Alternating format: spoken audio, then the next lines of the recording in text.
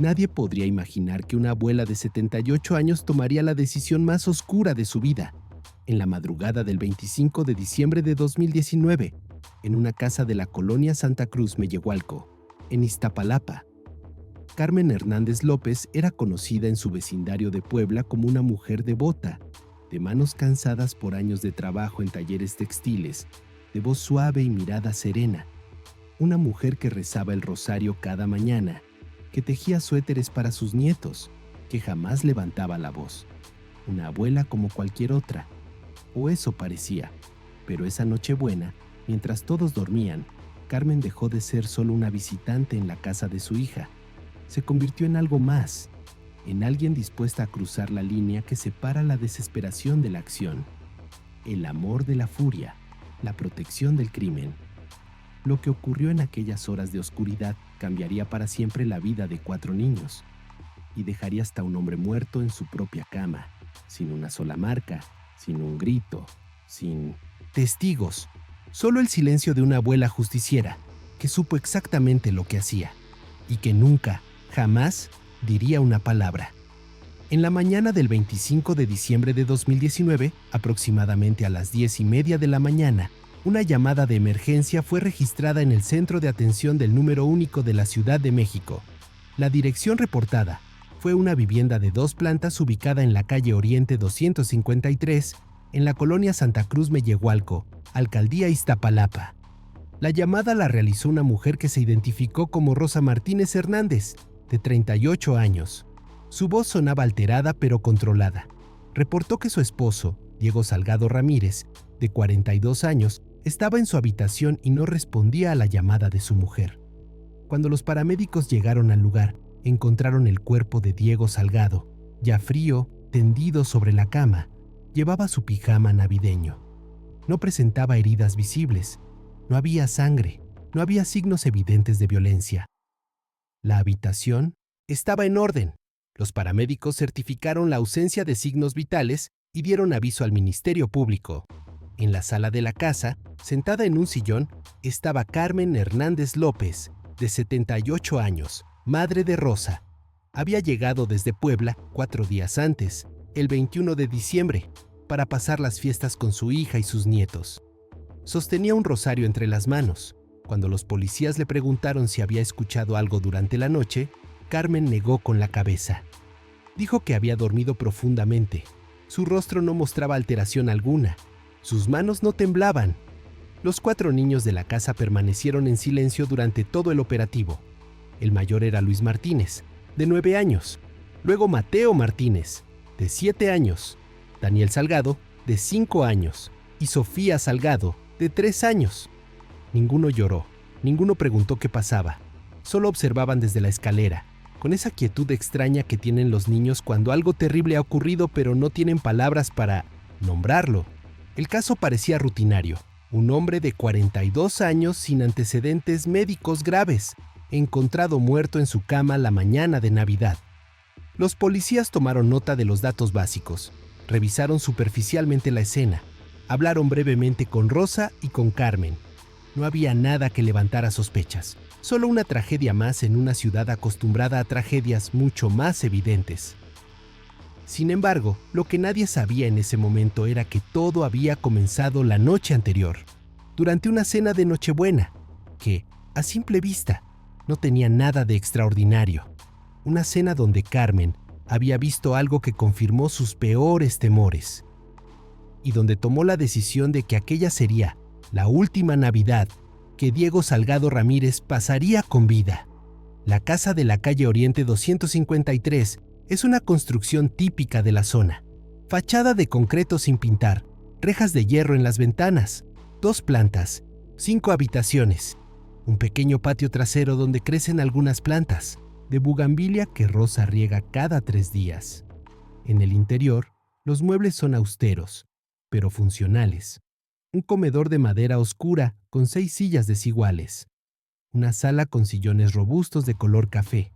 En las paredes, fotografías escolares de los niños en marcos de plástico y una imagen de la Virgen de Guadalupe junto a la entrada. La noche del 24 de diciembre, la mesa estaba servida desde las 7 de la tarde.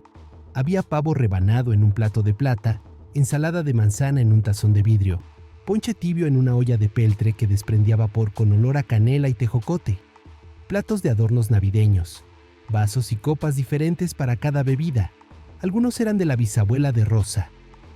Servilletas de tela dobladas junto a cada lugar. Rosa había cocinado desde temprano, con ese cansancio callado de quien cocina no por gusto sino por obligación. Ese día Diego solo trabajó hasta el mediodía. Aún así llegó cerca de las 8 de la noche. Traía una caja de cervezas, indio y una bolsa con pan dulce de la Aurrerá. Entró sin saludar, dejó las cosas sobre la mesa de la cocina y subió a cambiarse de ropa. Cuando bajó, ya todos estaban esperando. Cuando todos se sentaron a la mesa, Luis Martínez, de 9 años, y Mateo Martínez, de 7 años, se quedaron de pie junto a sus sillas. Diego les indicó con un gesto que se fueran a la cocina. Los niños obedecieron sin decir nada. Tomaron sus platos con las raciones más pequeñas y se fueron hacia allá, caminando despacio, con la cabeza agachada. En la mesa principal quedaron Diego, Rosa, Daniel Salgado, de 5 años, Sofía Salgado, de 3 años, y Carmen. Diego se sentó en la cabecera, Rosa a su derecha, Daniel y Sofía uno junto al otro, frente a Carmen. La cena transcurrió en un silencio denso, de esos que pesan en el aire. Diego comía rápido, con la vista fija en su plato, masticando con la boca abierta. Cada tanto abría una cerveza y la tomaba de un solo trago largo. Rosa servía más ponche, acomodaba las servilletas, limpiaba las migajas que caían sobre el mantel de Navidad. Daniel y Sofía comían despacio, mirando de reojo hacia donde estaban sus hermanos mayores, como si supieran que había algo profundamente equivocado en esa separación, pero no tuvieran las palabras para expresarlo. Carmen observaba todo desde su lugar, con las manos apoyadas sobre la mesa, el tenedor quieto entre los dedos. No hizo comentarios. No sonrió cuando Rosa intentó animar la cena preguntando si el pavo estaba bueno. No agradeció cuando le sirvieron más ponche.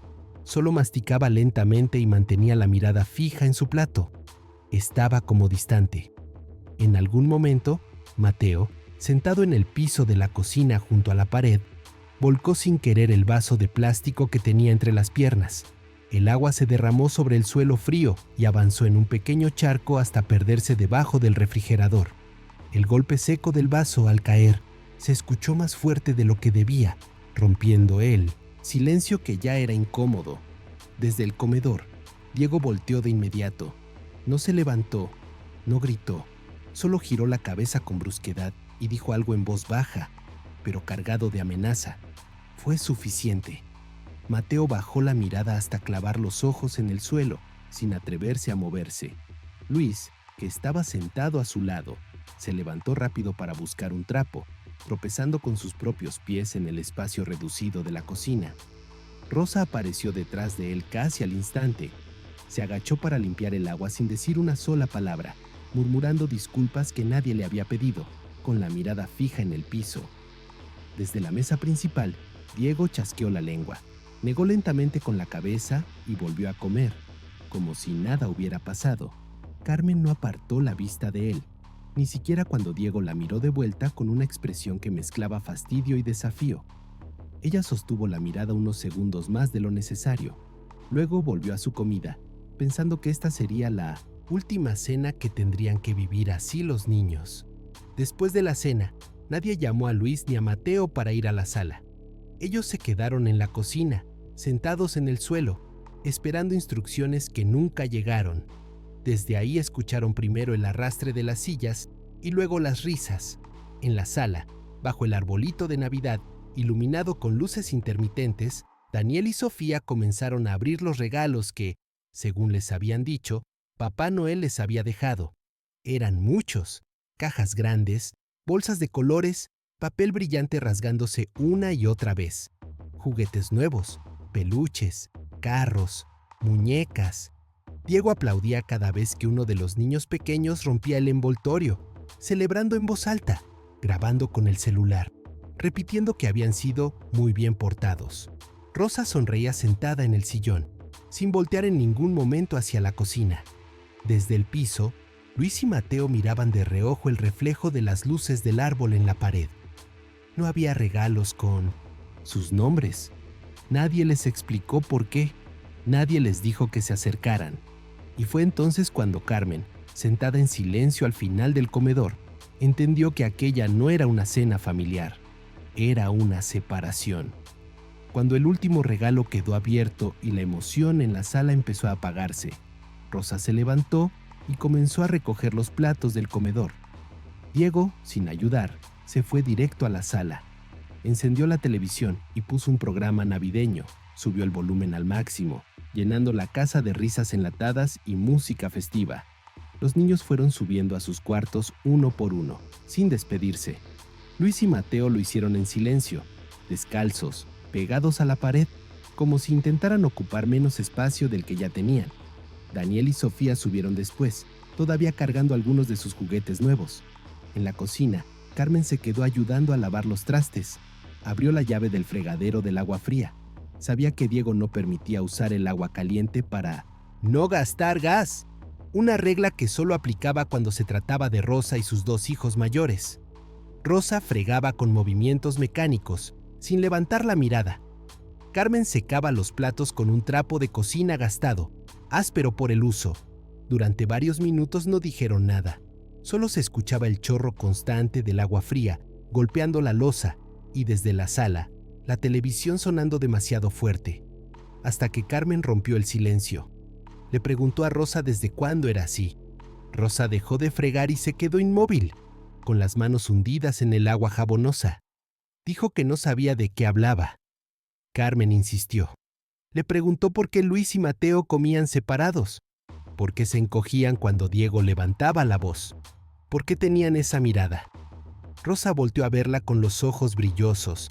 Le dijo que no era fácil, que Diego tenía su forma de ser, que los niños tenían que aprender, que ella hacía lo que podía. Carmen no respondió. Solo siguió secando los platos, uno tras otro, con esa calma que precedía algo mucho más grande. Lo que Carmen presenció esa noche no fue un evento aislado. Fue la confirmación de algo que ya sospechaba desde su llegada 4 días antes. Algo que había notado en los ojos hundidos de Luis y Mateo, en la forma en que evitaban cruzarse con Diego en los pasillos, en el silencio antinatural que se instalaba cada vez que él entraba a una habitación, en las relaciones desiguales, en lugares separados, el miedo convertido en rutina. Y Carmen supo, en ese momento, mientras secaba el último plato y lo guardaba en el estante, que nadie más iba a hacer nada, que esa violencia silenciosa seguiría repitiéndose día tras día, año tras año, hasta romper a esos niños por completo, que su hija había elegido la supervivencia sobre la protección, y que si algo iba a cambiar, tendría que ser ella quien lo cambiara. Esa noche, antes de subir a dormir, Carmen se quedó un largo rato sentada en el sillón de la sala, a oscuras, escuchando los ronquidos de Diego que bajaban desde el segundo piso. Tenía el rosario entre las manos, pero no rezaba.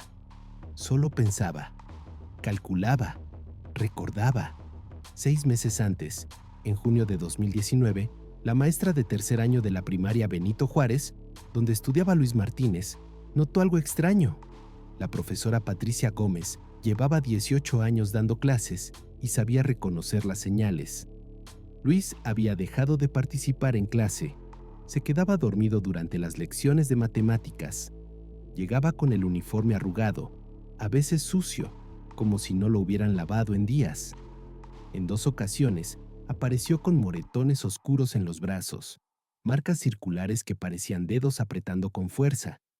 Cuando la maestra le preguntó qué le había pasado, Luis dijo que se había caído jugando fútbol en el recreo. Ella no le creyó.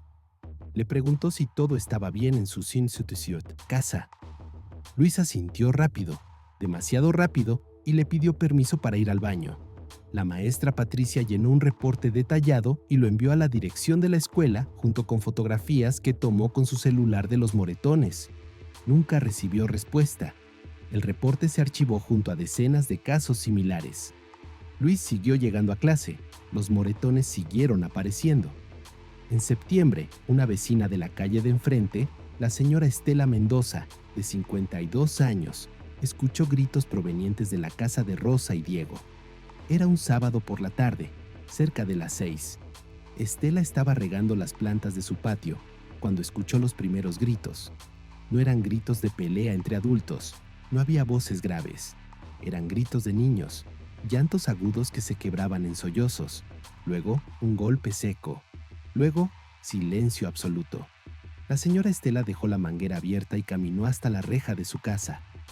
Miró hacia la ventana del segundo piso de la casa de enfrente. Las cortinas estaban corridas, no se veía nada. Consideró cruzar la calle y tocar la puerta, pero no lo hizo.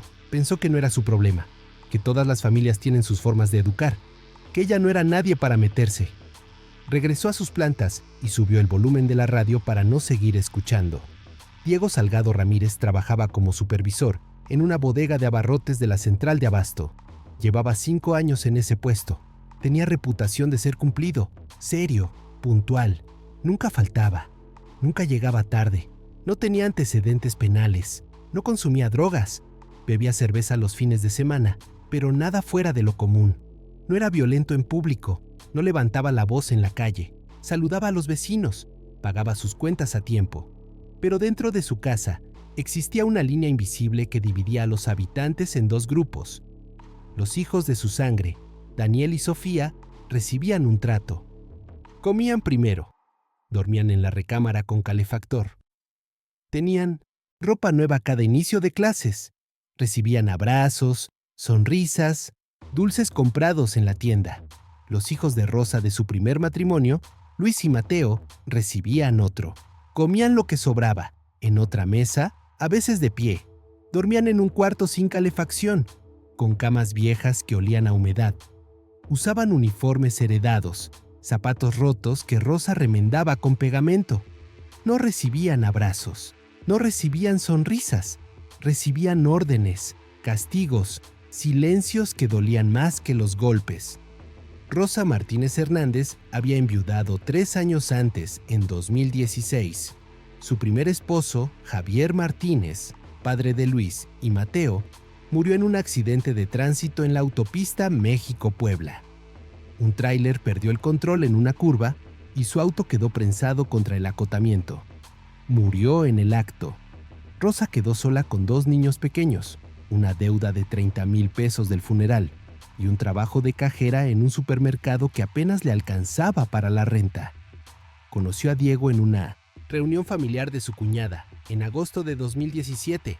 Él le ofreció estabilidad, una casa propia, un apellido compartido para los niños, dinero suficiente para que ella dejara de trabajar y se dedicara al hogar.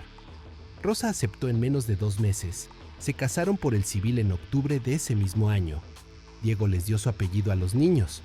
Luis y Mateo pasaron de llamarse Martínez a Martínez Salgado, pero el apellido compartido no trajo la familia que Rosa esperaba. Con el tiempo, Rosa comenzó a justificar, a minimizar, a mirar hacia otro lado porque era más fácil que enfrentar. Cuando Luis llegaba con hambre a las 11 de la noche diciendo que no le habían servido cena, Rosa le daba un pedazo de pan dulce y un vaso de leche y le pedía que no hiciera ruido, que Diego se molestaba. Cuando Mateo lloraba en su cuarto después de que Diego lo encerrara por haber sacado mala calificación, Rosa subía y le decía que se durmiera, que mañana todo estaría mejor, que tenía que portarse bien. Pero nunca confrontó a Diego, nunca lo detuvo, nunca le dijo que no, porque Rosa había aprendido que confrontar a Diego significaba gritos, portazos, días de silencio helado donde ella también se convertía en blanco. Así que eligió sobrevivir, eligió proteger su propia estabilidad sobre la integridad de sus hijos, y con cada día que pasaba, se hundía más profundo en la complicidad. Carmen Hernández López vivía sola en un pequeño departamento de 2 cuartos en la colonia La Paz, en Puebla. Había enviudado hacía más de 20 años, en 1998. Trabajó toda su vida como costurera en un taller textil de la zona centro. Turnos de 12 horas, 6 días a la semana, manos agrietadas de tanto coser, vista cansada de tanto enhebrar agujas bajo luz artificial. Crió a Rosa sola, sin ayuda de nadie. Le enseñó a ser fuerte, a no depender de nadie, a no permitir que nadie la hiciera de menos. Pero cuando Rosa se volvió a casar, Carmen notó un cambio. Su hija dejó de visitarla con frecuencia. Las llamadas se volvieron cortas, evasivas, llenas de silencios incómodos. Y cuando Carmen preguntaba por los niños, Rosa siempre decía que todo estaba bien, que estaban creciendo, que Luis ya leía muy bien, que Mateo era muy cariñoso. Pero algo en su voz no sonaba verdadero. Carmen intentó visitarla en 2018. Rosa puso pretextos. Dijo que la casa estaba en remodelación, que Diego trabajaba muchas horas y no era buen momento, que mejor se veían en Puebla. Pero Rosa tampoco fue a Puebla. Pasó todo un año sin verse, solo llamadas breves, mensajes cortos, promesas de visitas que nunca se concretaron, hasta que Carmen decidió no pedir permiso. En diciembre de 2019, tomó un autobús desde Puebla sin avisar. Llegó a la casa el 21 de diciembre por la tarde, con una maleta pequeña y una bolsa con tamales que había comprado en la terminal. Rosa se sorprendió al verla. Diego apenas la saludó, pero Carmen no era ingenua. Ella misma había crecido en una casa donde las cosas no se decían, pero se vivían, donde su propio padre había ejercido un control silencioso sobre su madre, sobre ella, sobre sus hermanos. Sabía reconocer el miedo disfrazado de obediencia, el silencio que no es paz, sino supervivencia, la violencia que no deja marcas visibles pero que rompe por dentro. Cuando llegó a la casa de Iztapalapa el 21 de diciembre, lo confirmó en cuestión de horas. La forma en que Luis y Mateo se encogían al escuchar los pasos de Diego subiendo las escaleras. La manera en que Rosa evitaba su mirada cuando le servía de comer a los niños en platos diferentes. El trato diferenciado que nadie mencionaba pero todos aceptaban como si fuera lo normal. Los cuartos separados, las porciones desiguales, los castigos arbitrarios. En la noche del 22, Carmen escuchó desde su cuarto como Diego gritaba porque Mateo había dejado un juguete en la sala. Escuchó el llanto del niño. Escuchó cómo Rosa intentaba calmar la situación con voz temblorosa. Escuchó el portazo. Escuchó el silencio que siguió. Y entendió que esto no era ocasional, era sistemático. Al día siguiente, mientras Rosa hacía las compras para la cena de Nochebuena, Carmen se quedó sola con los niños. Les preguntó si estaban bien. Luisa asintió sin mirarla. Mateo se encogió de hombros. Carmen les ofreció galletas que había traído de Puebla. Los niños las aceptaron con una gratitud desproporcionada, como si un gesto de amabilidad fuera algo extraordinario. Y eso le rompió el corazón. Carmen entendió que nadie iba a hacer nada, que los reportes escolares se archivaban en carpetas que nadie revisaba, que las vecinas preferían no involucrarse, porque meterse en problemas ajenos solo trae problemas propios, que Rosa había elegido sobrevivir en lugar de proteger, que el sistema no llegaba a casas como esa, que para niños como Luis y Mateo no había rescate, y que si algo iba a cambiar, tendría que ser ella quien lo hiciera, con sus propias manos, con su propio conocimiento, con su propia conciencia. Esa noche, Carmen sacó de su maleta el pequeño frasco de plástico que había traído desde Puebla, pastillas para dormir que le habían recetado años atrás. Las contó, las observó bajo la luz tenue de su cuarto y empezó a planear. La casa quedó en silencio después de la medianoche. Diego se había ido a dormir cerca de la 1 de la mañana, después de terminar la última cerveza de la caja y de quedarse dormitando frente a la televisión. Rosa lo despertó con cuidado, le ayudó a subir las escaleras sosteniéndolo del brazo. Él subió tambaleándose levemente, gruñendo algo incomprensible. Se dejó caer sobre la cama sin quitarse la ropa completamente. Rosa le quitó los zapatos y lo tapó con las cobijas. Después bajó a terminar de limpiar la cocina. Subió de nuevo cerca de la 1:30 y se acostó a su lado, dándole la espalda como todas las noches. Los niños ya estaban en sus habitaciones desde hacía horas. Luis y Mateo compartían el cuarto del fondo, el más frío de la casa, con una sola ventana pequeña que daba al patio trasero. Daniel y Sofía dormían en el cuarto de en medio, con calefactor y cortinas gruesas. Carmen se quedó un rato más en la sala, con las luces apagadas, mirando hacia la calle a través de la ventana. Las casas vecinas ya estaban oscuras, la calle estaba vacía, solo se escuchaba el ladrido lejano de un perro y el zumbido del transformador en el poste de luz. A las 2 de la mañana, Carmen se puso de pie, subió las escaleras despacio, sosteniéndose del barandal de metal con una mano. Sus pasos no hicieron ruido. Conocía cada tabla que crujía. Las había memorizado durante los 4 días que llevaba en esa casa. Pisó solo en los bordes, donde la madera estaba más firme. Al llegar al segundo piso, se detuvo frente a la puerta de la habitación de Luis y Mateo. Estaba entreabierta. Podía escuchar la respiración, tranquila y profunda, de los niños. Luis roncaba suavemente. Mateo se movió entre las cobijas, pero no despertó. Carmen se quedó ahí varios segundos, mirándolos dormir. Luego cerró la puerta con cuidado y siguió caminando hacia la habitación principal. La puerta estaba cerrada, pero no con llave. Carmen giró la manivela despacio, milímetro a milímetro, hasta que el pestillo se liberó sin hacer clic. Empujó la puerta apenas lo suficiente para entrar y la cerró de nuevo detrás de ella. La habitación estaba oscura. Solo entraba un hilo de luz naranja de la calle a través de las cortinas mal cerradas. Diego estaba acostado boca arriba, con los brazos extendidos sobre las cobijas. Respiraba profundo, con la boca ligeramente abierta, en ese sueño pesado que da el alcohol combinado con el cansancio. Rosa dormía de lado, dándole la espalda, encogida en posición fetal, con las manos bajo la almohada. Carmen se quedó ahí, de pie junto a la cama, durante varios minutos. No hizo ningún movimiento brusco. No encendió la luz. No habló. Solo observó. Respiró. Escuchó el ritmo de la respiración de Diego. Contó los segundos entre cada inhalación. Calculó. En el bolsillo del suéter llevaba el pequeño frasco de plástico. Lo había traído desde Puebla, escondido entre su ropa interior en el fondo de la maleta. Contenía pastillas para dormir que le habían recetado años atrás, después de la muerte de su esposo, cuando pasó por un episodio largo de insomnio crónico que le hacía ver amaneceres que no quería ver. Nunca las había terminado. Las conservó sin saber bien por qué, guardadas en el botiquín de su baño durante años, hasta que decidió traerlas en este viaje. Por si acaso, Carmen no es médica. No estudió farmacología. Apenas terminó la primaria antes de entrar a trabajar a los 14 años.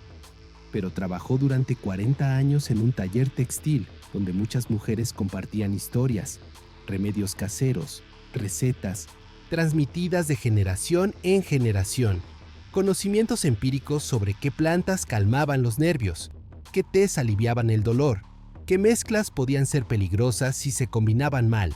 Sabía, porque había escuchado historias, que ciertas sustancias combinadas con alcohol podían ralentizar el sistema nervioso hasta el punto de detener la respiración. Sabía que si alguien tomaba demasiadas pastillas para dormir después de una noche de cervezas, el corazón podía detenerse mientras dormía. Y sabía que la muerte podía parecer natural si nadie buscaba lo contrario. Si nadie ordenaba un análisis toxicológico completo.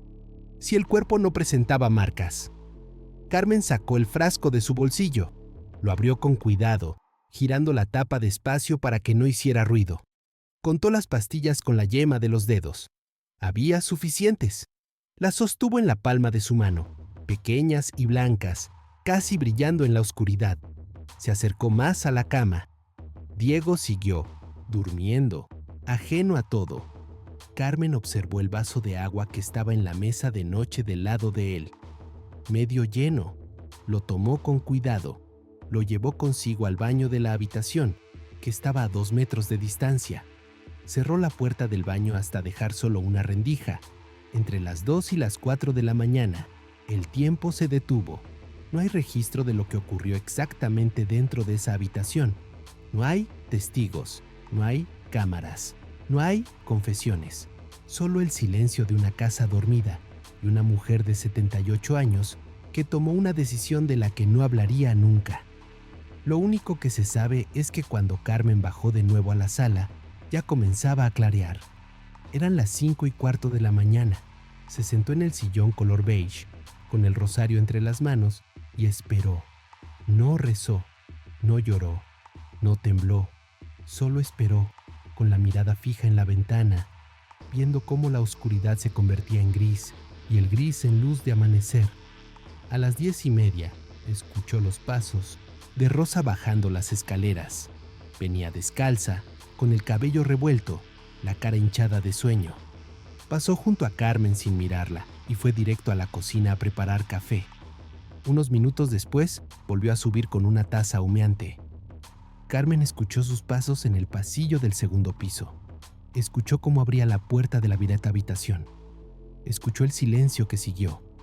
Y luego escuchó el grito. Rosa bajó las escaleras corriendo, tropezando en el último escalón, sosteniéndose del barandal. Su cara estaba pálida. Tenía los ojos abiertos de par en par. Le dijo a Carmen que algo estaba mal, que Diego no despertaba, que estaba frío, que no respiraba. Carmen se puso de pie despacio, con la calma de quien ya sabía lo que iban a encontrar. Le dijo a Rosa que llamara a emergencias. Rosa buscó su celular con las manos temblorosas. Lo encontró en la mesa del comedor. Marcó el número. Su voz en la llamada sonaba alterada pero controlada. Dio la dirección, describió la situación. Dijo que su esposo no respondía, que necesitaban ayuda urgente. La llamada se registró a las 7:43 de la mañana. Los paramédicos llegaron a las 8:07. Tocaron la puerta con golpes fuertes. Rosa les abrió. Subieron rápido, con una camilla plegable y un maletín de primeros auxilios. Carmen se quedó en la sala, sentada en el mismo lugar, escuchando el ruido de pasos apresurados arriba, las voces de los paramédicos dando indicaciones, el sonido de aparatos médicos. Intentaron maniobras de reanimación durante 15 minutos, compresiones torácicas, respiración asistida, inyección de epinefrina. Nada funcionó. A las 8:22 certificaron el deceso. Uno de los paramédicos bajó las escaleras y le informó a Rosa. Le dijo que lo sentía mucho, que habían hecho todo lo posible, que su esposo había fallecido. Rosa se dejó caer en una silla y se cubrió la cara con las manos. No lloró con sonidos, solo temblaba. Carmen permaneció en el sillón, con las manos sobre el regazo, sosteniendo el rosario. El paramédico le preguntó si ella era familiar. Carmen asintió. Dijo que era la madre de Rosa, que había venido desde Puebla para pasar la Navidad. El paramédico le dio el pésame con un gesto de cabeza y subió de nuevo. A las 8:30 llegó la primera patrulla. 2 policías de la Secretaría de Seguridad Ciudadana. Hicieron las preguntas de rutina. Nombre del fallecido, edad, ocupación, si tenía enfermedades conocidas. Rosa respondió entre sollozos contenidos que no, que Diego nunca se enfermaba, que nunca iba al doctor, que siempre decía que estaba fuerte. Los policías subieron a revisar la escena. Tomaron fotografías con sus celulares. Revisaron la habitación con rapidez. No había signos de violencia, no había desorden, no había forcejeo. La cama estaba tendida excepto por el cuerpo de Diego en el centro. El vaso de agua seguía en la mesa de noche, ahora vacío. La ropa de Diego estaba doblada sobre una silla. Todo estaba en su lugar. Uno de los policías bajó y le preguntó a Rosa si habían tenido alguna discusión la noche anterior. Rosa negó. Dijo que habían cenado tranquilos, que todo había estado normal, que Diego había tomado unas cervezas y se había ido a dormir. El policía anotó en una libreta pequeña. Le preguntó si Diego consumía alguna sustancia. Rosa negó de nuevo, con más énfasis. El policía cerró la libreta. Luego se acercó a Carmen. Le preguntó su nombre completo, su edad, desde cuándo estaba en la casa. Carmen respondió con voz firme y clara. Carmen Hernández López, 78 años. Había llegado el 21 de diciembre desde Puebla. El policía le preguntó si había escuchado algo durante la noche. Carmen negó con la cabeza. Dijo que había dormido profundamente, que era una mujer mayor y que dormía con el sueño pesado, que no escuchó nada hasta que Rosa bajó gritando por la mañana. El policía la observó unos segundos más de lo necesario. Carmen sostuvo su mirada sin parpadear, sin nerviosismo, sin alterar la expresión. El policía anotó algo más en su libreta y se alejó. Los 4 niños permanecieron arriba durante todo el operativo. Luis y Mateo estaban sentados en su cuarto, en el borde de sus camas, sin hablar. Habían escuchado todo desde que Rosa gritó. Habían escuchado los pasos apresurados, las sirenas, las voces desconocidas, pero no bajaron, se quedaron ahí, quietos, como si supieran instintivamente que era mejor no ser vistos. Daniel y Sofía estaban en su cuarto, asomados por la rendija de la puerta, mirando hacia el pasillo. Sofía preguntó varias veces, ¿dónde estaba su papá? Daniel le dijo que se callara. Ninguno lloró. Había una extrañeza en su silencio, una calma antinatural en niños tan pequeños que acababan de perder a su padre. A las 9:15 llegaron 2 agentes del Ministerio Público, uniformes azul marino, portafolios negros, gestos cansados de quien ha visto demasiadas muertes en demasiadas casas. Subieron a la habitación, tomaron más fotografías, hicieron más preguntas, revisaron el cuerpo de Diego con guantes de látex, levantaron los párpados, revisaron las manos, buscaron marcas, no encontraron nada. Bajaron media hora después. Uno de ellos le dijo a Rosa que el cuerpo sería trasladado al servicio médico forense para la autopsia de ley, que en unos días les entregarían el certificado de defunción, que podía ser un problema cardíaco no diagnosticado, que a veces pasaba, especialmente en hombres de esa edad que no se cuidaban, que no iban al médico. Rosa preguntó si tenían que hacer algo más. El agente negó, dijo que era un procedimiento estándar, que no había nada sospechoso, que podía hacer los trámites funerarios en cuanto les entregaran el cuerpo. Rosa asintió, limpiándose las lágrimas con el dorso de la mano. Nadie interrogó a los niños, nadie les preguntó qué habían visto o escuchado. Nadie consideró necesario hablar con ellos. Eran niños. Los niños dormían. Los niños no sabían nada. A las 10 de la mañana, los paramédicos bajaron el cuerpo de Diego en una camilla con ruedas, cubierto completamente con una sábana blanca. Lo sacaron por la puerta principal y lo subieron a la ambulancia. Rosa salió a la calle a verlos partir, abrazándose a sí misma. Algunos vecinos se habían asomado a sus puertas y ventanas. La señora Estela Mendoza estaba en su reja, mirando con expresión grave. Otras vecinas murmuraban entre ellas. Nadie se acercó. Carmen se quedó en la sala, observando todo desde la ventana. Vio cómo se llevaban el cuerpo. Vio cómo Rosa se quedaba parada en la calle, viendo alejarse la ambulancia. Vio cómo los policías cerraban sus libretas y se subían a la patrulla. Vio cómo todo volvía a la normalidad en cuestión de minutos, como si nada hubiera pasado. A las 11, la casa quedó vacía de extraños. Solo quedaban Rosa, Carmen y los 4 niños. Rosa subió a su habitación y cerró la puerta. Se escucharon sus sollozos amortiguados a través de la pared. Carmen fue a la cocina y preparó café. Luego subió y tocó las puertas de los cuartos de los niños. Luis y Mateo abrieron primero. Carmen les dijo que bajaran a desayunar. Los niños obedecieron sin preguntar nada. Bajaron las escaleras en silencio y se sentaron a la mesa. Daniel y Sofía salieron después. Sofía preguntó de nuevo por su papá. Carmen se arrodilló frente a ella y le dijo con voz suave que su papá se había ido al cielo, que estaba con Dios. Sofía asintió sin entender realmente. Daniel no dijo nada.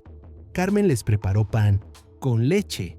Los 4 niños comieron juntos, en la misma mesa, por primera vez en mucho tiempo. Nadie habló, solo el sonido de las cucharas contra los platos. Y por primera vez en días, Luis y Mateo comieron hasta quedar satisfechos. El caso fue catalogado como muerte súbita. La autopsia preliminar, realizada 2 días después, indicó paro cardiorrespiratorio. No se encontraron signos de trauma. No se encontraron heridas. No había motivo para sospechar. El médico forense, con una carga de trabajo de más de 30 cuerpos esa semana, no solicitó estudios toxicológicos adicionales. Era Navidad. El sistema estaba saturado. Un hombre de 42 años que murió durmiendo después de una cena con alcohol. Nada fuera de lo común. El certificado de defunción se expidió el 27 de diciembre. Causa: paro cardiorrespiratorio. No se abrió investigación.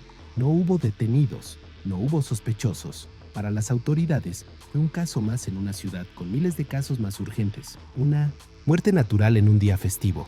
Un hombre que probablemente tenía alguna condición cardíaca silenciosa y el alcohol fue el detonante final. Estadística, papeleo, archivo. El caso se cerró oficialmente en menos de 48 horas. Y nadie volvió a preguntar. En la tarde del 27 de diciembre, el cuerpo de Diego Salgado Ramírez fue entregado a su familia después de que Rosa pagó los gastos administrativos en el servicio médico forense. $1,200 por el certificado y el traslado. El velorio se realizó esa misma noche en una funeraria económica de la Colonia Agrícola Oriental, a 20 minutos de Iztapalapa. Sala pequeña, ataúd gris de metal, corona de flores artificiales que Rosa compró en el mercado de Jamaica. Asistieron algunos compañeros de trabajo de Diego, vecinos de la calle, un primo hermano que vivía en Nesa y 2 tías lejanas que Rosa apenas conocía. La sala nunca estuvo llena. La gente llegaba, daba el pésame, se quedaba 10 minutos y se iba. Todos decían lo mismo, que era muy joven, que qué tragedia, que la vida es impredecible, que Dios sabe por qué hace las cosas. Rosa estuvo presente todo el tiempo, vestida de negro, con Daniel y Sofía a su lado. Los niños no entendían completamente qué pasaba. Sofía se quedó dormida en una silla cerca de las 10 de la noche. Daniel miraba el ataúd con curiosidad más que con tristeza. Luis y Mateo se quedaron en la casa con Carmen. Ella les dijo que no era necesario que fueran, que se quedaran tranquilos, que vieran televisión, que comieran las galletas que quedaban. Los niños obedecieron. Se sentaron en la sala, con un programa de caricaturas encendido, pero sin prestar atención. Luis miraba hacia la ventana. Mateo comía galletas despacio. Carmen los observaba desde el comedor, tejiendo un suéter inconcluso que había traído desde Puebla. El entierro fue al día siguiente, 28 de diciembre, en el Panteón Civil de Iztapalapa, sección 3. Día de los Santos. Inocentes. Parcela número 847. Tierra prestada por 30 años. El ataúd bajó cerca del mediodía, bajo un sol brillante que contrastaba con la ocasión. Asistieron menos personas que al velorio. Solo Rosa, Carmen, los 4 niños, el primo de Diego y un sacerdote que Rosa contrató de último momento para que rezara unas palabras. El sacerdote habló durante 5 minutos sobre la misericordia de Dios y el descanso eterno. Nadie lloró. Rosa mantuvo la vista fija en el ataúd mientras lo bajaban con cuerdas gruesas. Carmen permaneció a su lado, en silencio, sosteniendo su mano. Luis y Mateo estaban unos pasos atrás, con las manos metidas en los bolsillos de sus pantalones. Daniel y Sofía jugaban con piedritas en el suelo, ajenos al significado de lo que pasaba. Cuando terminó la ceremonia, todos se fueron rápido. El primo de Diego se despidió con un abrazo breve y prometió estar en contacto, pero nunca volvió a llamar. El sacerdote cobró sus $500 y se fue. En su bicicleta vieja. Los sepultureros comenzaron a echar tierra sobre el ataúd mientras la familia caminaba de regreso hacia la salida del panteón. En el camino de vuelta a la casa, nadie habló. El taxi que los llevó tenía el radio encendido con música navideña. Rosa miraba por la ventana. Carmen miraba hacia adelante. Los niños miraban sus manos. Los días siguientes transcurrieron con una calma extraña. La casa, que antes estaba llena de tensión contenida, de silencios pesados, de miradas nerviosas, ahora simplemente estaba vacía. Rosa pasaba las tardes sentada en la sala, mirando hacia la nada. No lloraba, no hablaba, solo estaba ahí, como si estuviera procesando algo que no tenía palabras. Los niños comenzaron a salir de sus cuartos con más frecuencia. Luis volvió a hablar en voz alta. Mateo empezó a sonreír de nuevo, tímidamente al principio, luego con más confianza. Daniel y Sofía jugaban en el patio como siempre lo habían hecho, pero ahora Luis y Mateo se les unían. Los 4 corrían juntos, reían juntos. Por primera vez se comportaban como hermanos. Carmen observaba todo desde la cocina mientras preparaba la comida. Veía cómo Luis ayudaba a Daniel a subirse al columpio oxidado que había en el patio. Veía cómo Mateo le enseñaba a Sofía a jugar con canicas. Veía cómo los 4 se sentaban juntos a comer, en la misma mesa, con las mismas porciones, sin miedo. En febrero de 2020, Rosa tomó una decisión. Le dijo a Carmen que no podía seguir viviendo en esa casa, que todo le recordaba a Diego, que necesitaba un cambio, que necesitaba empezar de nuevo. Carmen asintió. Le dijo que era lo mejor. Rosa puso la casa en venta. Un comprador apareció en menos de 2 semanas. Un señor que trabajaba en la central de abasto y buscaba algo cerca de su trabajo. Ofreció $800,000. Rosa aceptó. Con ese dinero, Rosa rentó un departamento más pequeño en la colonia Escuadrón 201, en la alcaldía Iztapalapa, cerca de 1900, la primaria donde estudiaban Luis y Mateo. 2 recámaras, una cocina integral, sin patio pero con un balcón pequeño donde entraba el sol por las mañanas. Carmen la ayudó con la mudanza. Empacaron todo en cajas de cartón que consiguieron en el mercado. Contrataron un camión de mudanzas por 600 pesos. El departamento nuevo era más luminoso. Las paredes estaban recién pintadas de blanco. No había fantasmas en los pasillos. No había ecos de gritos. No había lugares prohibidos para ciertos niños. Todo era neutral. Todo era nuevo. En el nuevo departamento, Rosa compró una mesa redonda de segunda mano en un tianguis. Una mesa donde los 4 niños comían juntos. Ya no había divisiones. Ya no había silencios incómodos. Ya no había platos con diferentes porciones. Daniel y Sofía empezaron a llamar a Luis y Mateo por sus nombres sin el distanciamiento forzado de antes. Los 4 hacían la tarea juntos en esa mesa. Desayunaban juntos. Cenaban juntos. Rosa cocinaba, para todos por igual. Servía los platos sin distinguir, sin miedo, sin culpa. Carmen regresó a Puebla en marzo de 2020, justo antes de que comenzara la pandemia. Rosa la acompañó a la terminal de autobús Estapo. Compraron un boleto de primera clase para las 11 de la mañana. Se sentaron en la sala de espera a tomar un café de máquina expendedora. Rosa le agradeció por haber venido, por haber estado con ella en esos días difíciles, por haberla ayudado con los niños, por haberla apoyado con la mudanza. Carmen le dijo que no tenía que agradecer nada, que para eso estaban las madres, que siempre iban a estar ahí para ella y para sus nietos. Se abrazaron largo rato antes de que anunciaran la salida del autobús. Rosa tenía los ojos brillosos, pero no lloró. Carmen le acarició el cabello como cuando era niña. Le dijo que todo iba a estar bien, que era fuerte, que saliera adelante. Rosa asintió. Cuando Carmen subió al autobús y se sentó junto a la ventana, buscó a Rosa con la mirada. La encontró parada junto a la entrada de la terminal, con las manos en los bolsillos de su chamarra, viendo hacia el autobús. Carmen levantó la mano en despedida. Rosa hizo lo mismo. El autobús arrancó. Carmen vio cómo la figura de su hija se hacía pequeña hasta desaparecer. Durante los meses siguientes, Carmen y Rosa se llamaron por teléfono cada semana. Hablaban de cosas cotidianas, de la escuela de los niños, del trabajo que Rosa había conseguido como cajera en un Oxxo cerca de su departamento, de la salud de Carmen, de las noticias de la pandemia, de cómo conseguir cubrebocas, de las clases en línea, de las filas en los supermercados. Nunca mencionaron lo que pasó en la madrugada del 25 de diciembre de 2019. Nunca volvieron a ni hablar de Diego. Nunca hablaron de esa Nochebuena. Era como si esa noche nunca hubiera existido. Como si Diego se hubiera desvanecido de sus vidas sin dejar rastro más que un certificado de defunción archivado en algún cajón del registro civil. En junio de 2020, en plena pandemia, la maestra Patricia Gómez, que seguía dando clases virtuales desde su casa, notó un cambio notable en Luis. El niño participaba más en las videollamadas, sonreía, había subido de peso. Su uniforme, cuando regresaron brevemente a clases presenciales en septiembre, estaba limpio y bien planchado. Ya no llegaba con moretones. Ya no se quedaba dormido en clase. Sus calificaciones mejoraron. En octubre, Luis sacó 9 en matemáticas. La maestra Patricia llenó un nuevo reporte, esta vez positivo, destacando la mejora notable en el entorno familiar del alumno. El reporte fue archivado como una mejora en las condiciones de vida. Nadie preguntó qué había cambiado exactamente. Nadie investigó. Simplemente se celebró que un niño estaba mejor. Y eso era suficiente.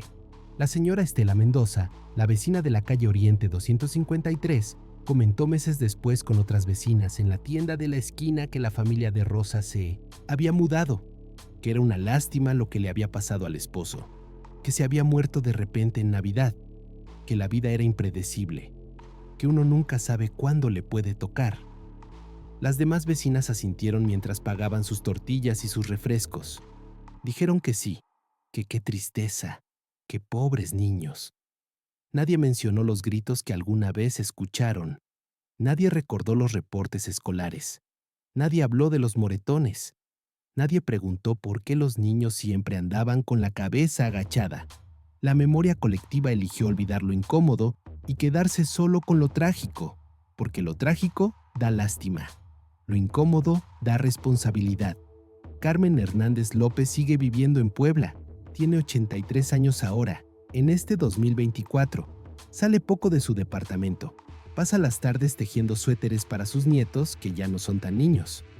Luis tiene 14 años y está en secundaria. Mateo tiene 12. Daniel tiene 10. Sofía tiene 8.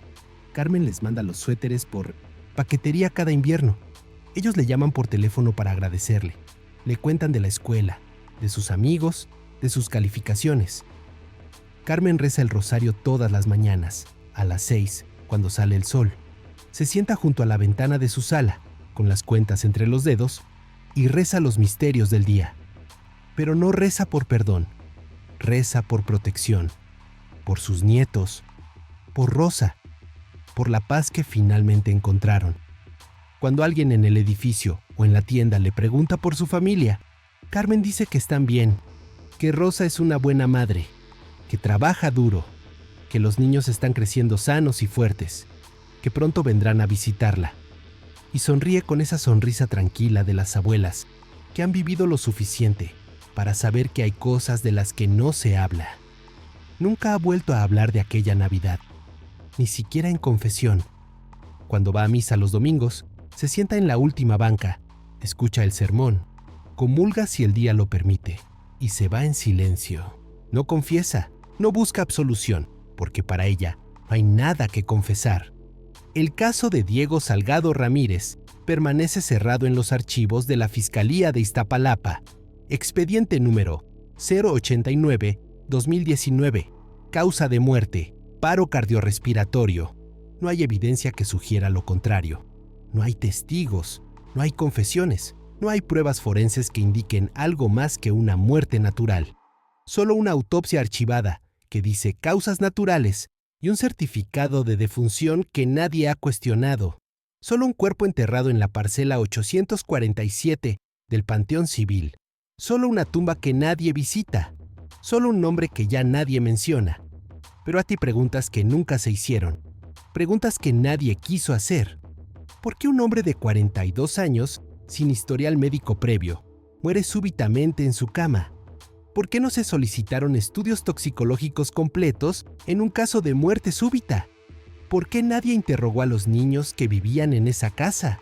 ¿Por qué el caso se cerró tan rápido, en menos de 48 horas? ¿Por qué nadie investigó más allá de lo evidente?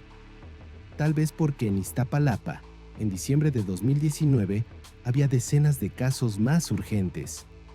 Homicidios, secuestros, desapariciones. Un hombre que muere durmiendo no es prioridad cuando afuera hay sangre en las calles. Tal vez porque las autoridades simplemente no tenían recursos ni tiempo para investigar una muerte que parecía natural. Tal vez porque nadie sospechó de una abuela de 78 años que rezaba el rosario en la sala y ayudaba con los trastes. O tal vez porque, en el fondo, nadie quiso saber la verdad. Porque a veces, la verdad es más incómoda que el silencio.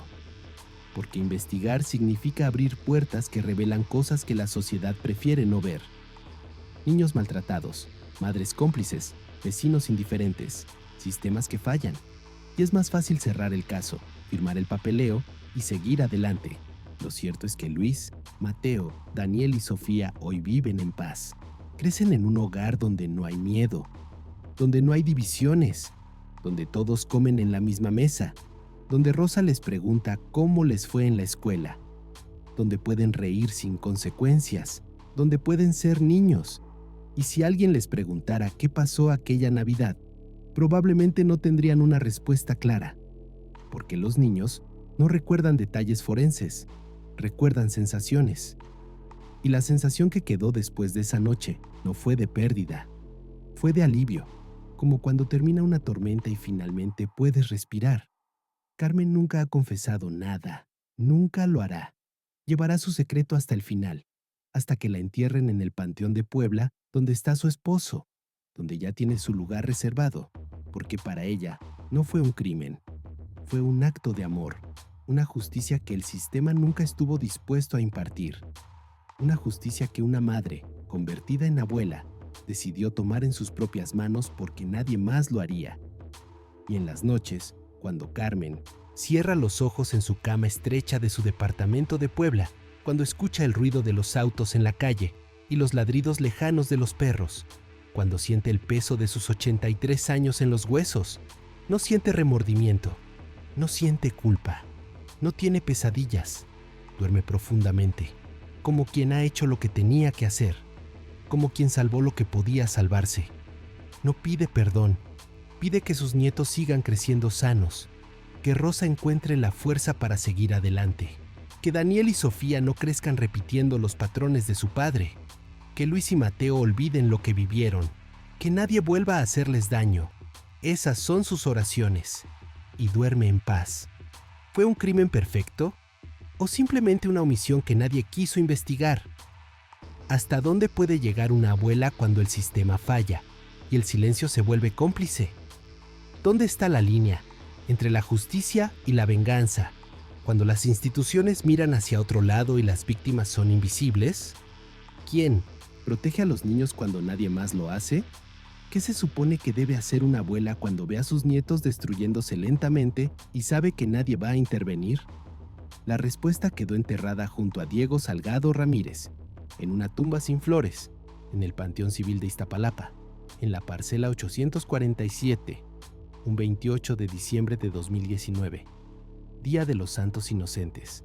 Y nadie volvió a preguntar, porque a veces, en esta ciudad, en este país, en este sistema roto, las preguntas incómodas se quedan sin hacer, y los casos se cierran no porque se resolvieron, sino porque es más fácil pasar la página y seguir adelante y olvidar, pero Carmen no olvida.